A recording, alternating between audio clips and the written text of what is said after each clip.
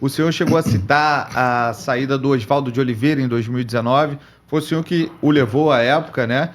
Para substituir o Fernando Diniz? Essa história não. Essa história sempre foi mal contada.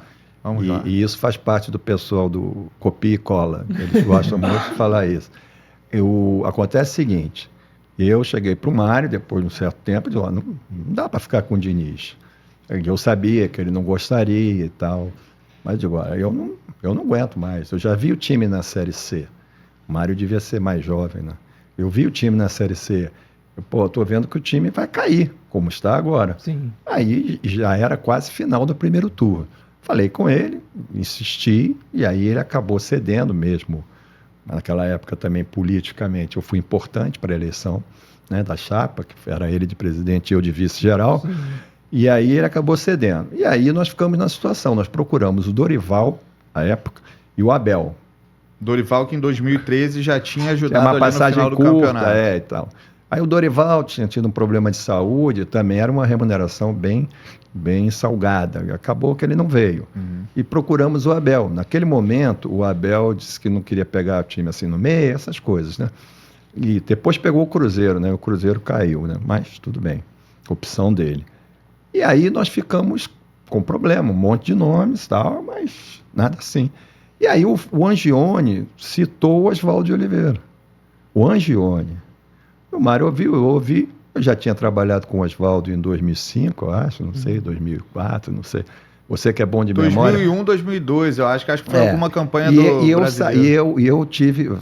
Eu forcei também a época, né? Tive que falar com o presidente para o Oswaldo sair. E eu achei que ele ficou meio chateado comigo, né? Porque ele achou que sabe como é que são essas coisas? Quem toma decisão assim sempre desagrada, né? Infelizmente, as decisões nem sempre são agradáveis. E aí, eu trabalhei com o Oswaldo, o Johnny falou, ele é muito bom. Claro, tinha um currículo enorme, né? E o Oswaldo veio, acabou vindo o Oswaldo, ficou como se eu trouxesse o Oswaldo. Não, o Oswaldo foi um nome indicado pelo Angione e tanto o Mário quanto eu, no momento, aceitamos. Né? E aí o Oswaldo, o Diniz naquele ano, o aproveitamento do Oswaldo em 4 jogos, 5 jogos, foi melhor do que o Diniz. E depois o do Marcão foi melhor que o do Diniz, do Oswaldo, e o aproveitamento que acabou com que a gente chegasse lá em 14º, não fosse rebaixado. Então, isso é uma história que, na realidade, fizeram, né? E é plantada pela própria gestão do Mário, eles plantaram isso ao longo do tempo, e na realidade, fica lá o Angione quietinho, ele não vai dizer que ele sugeriu, né? Mas as opções eram o Dorival à época, né? Dorival e o Abel. E tinha outros nomes. Aquele que foi do Bragantino, não é o nome dele? Maurício Barbieri, que era um nome até promissor à época, enfim. E acabou acontecendo isso. E a relação passou a ficar estremecida a partir de que ponto? Foi a partir da saída do Oswaldo? Porque teve aquela confusão com o Ganso. Não sei se o senhor tinha uma boa relação com todos os atletas daquele elenco também. Qual foi o ponto-chave ali para o afastamento na ocasião? Na realidade, eu tinha uns amigos que diziam que eu e o Mário juntos não duraria um mês, durou 3, eu acho. Eles quase que acertaram, entendeu?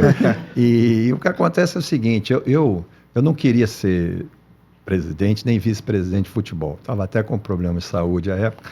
E eu queria estar no futebol. E esse foi o trato que a gente fez. Né? Eu seria coordenador do futebol, até poderia ser remunerado, eu não seria diretor. Mas E aí esse era o trato. Quer dizer, isso é compromisso de homem. Né? Era eleição, mas é um compromisso. Pô. Assumimos isso, beleza. Ia ser ele e o Tenório. Né? Ricardo Tenório. E o Tenório, aí deu uma confusão neles, que durou praticamente o tempo todo antes da eleição, que o Tenório achava que tinha sido vice na eleição que eles perderam, e que eu participei também, participei isoladamente, e ganhou o Abade. E aí o Tenório começou aquela briga, o Tenório que eu não sei, o Mário dizendo que não, mas seria só se eu fosse presidente. Aí brigaram, foi uma desgraça. Uma vez lá em casa, às 5 horas da manhã, a reunião, se levantaram, quase um para querer bater no outro. Rodou a almofada, minha mulher acordou, veio saber o que estava vendo, uma confusão do diabo. E aí, Acabou que o Tenório resolveu sair, montar a chapa. E aí eles me falaram para que eu viesse como vice-presidente geral.